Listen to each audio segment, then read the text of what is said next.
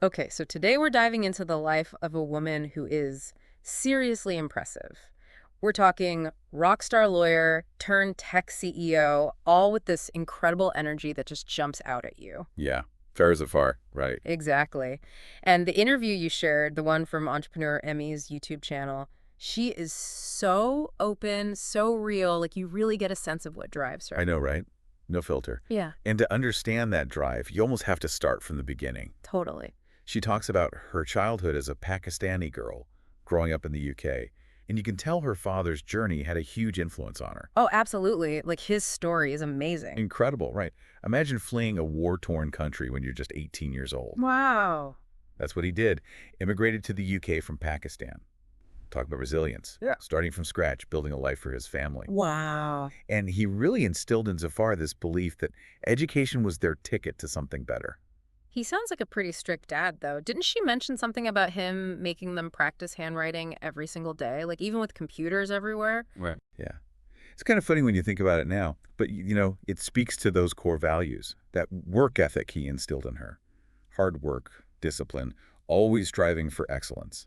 And it's fascinating to see how she carries that same old school mentality into the tech world. Which, let's be real, isn't exactly known for those things. I mean, Mm. especially in the startup scene, it's all about moving fast and breaking things. Right. And she talks about that contrast. Loyalty, respect, kindness.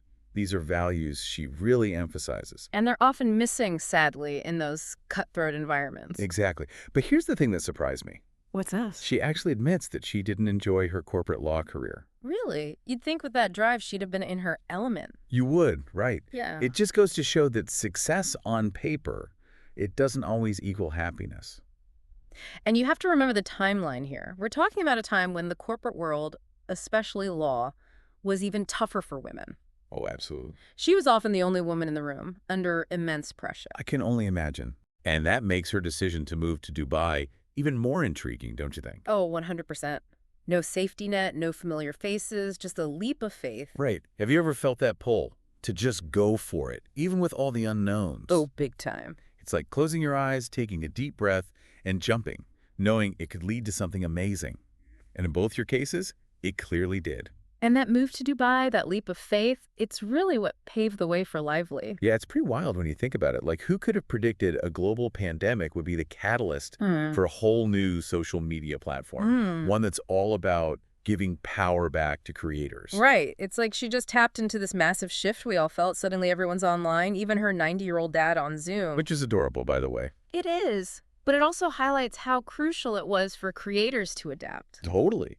And Zafar, she recognized this huge disconnect. I mean, you've got big tech making trillions, Trillions, yeah. but the creators, the ones actually making the content, they weren't seeing their fair share. Not even close. And she's very vocal about that. She talks about how these platforms, they're controlling our data, Our attention. our emotions even. And that's a lot of power in the hands of, like, a handful of companies. It's kind of scary when you really think about it. It is. It's like we're all just puppets, right? Utterly. Just dancing to the tune of these algorithms. And that's exactly what Zafar and her co-founder Dave, that's what they wanted to change with Lively. Yeah, they wanted to flip the script. Put the power back where it belongs, with the creators. Okay, but can we just pause for a second and talk about how they met?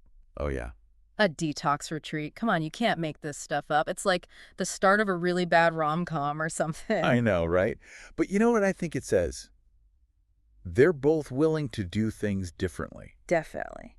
And they both saw the need for something different in this space.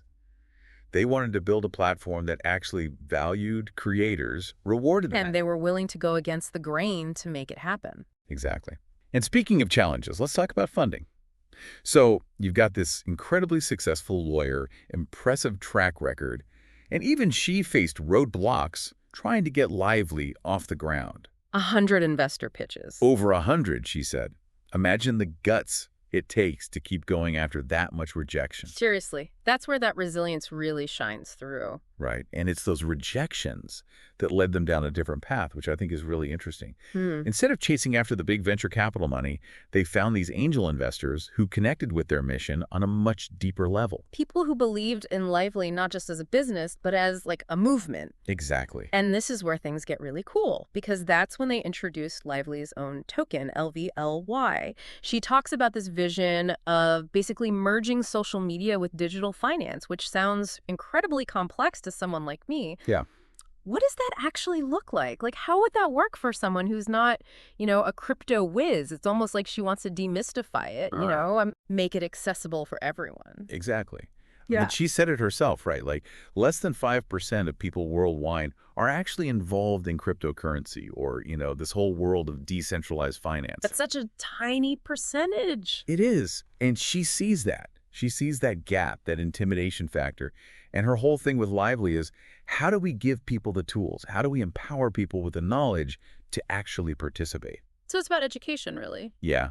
Financial literacy, especially in this new digital landscape, giving everyday creators a way in. That's amazing. And it's interesting because she's also spoken about the increasing regulation in the crypto space. She seems a little concerned about that, like it might stifle innovation. Well, yeah, because it's uncharted territory, right? It's like they're building this plane while they're flying it. Totally. It's a constant evolution.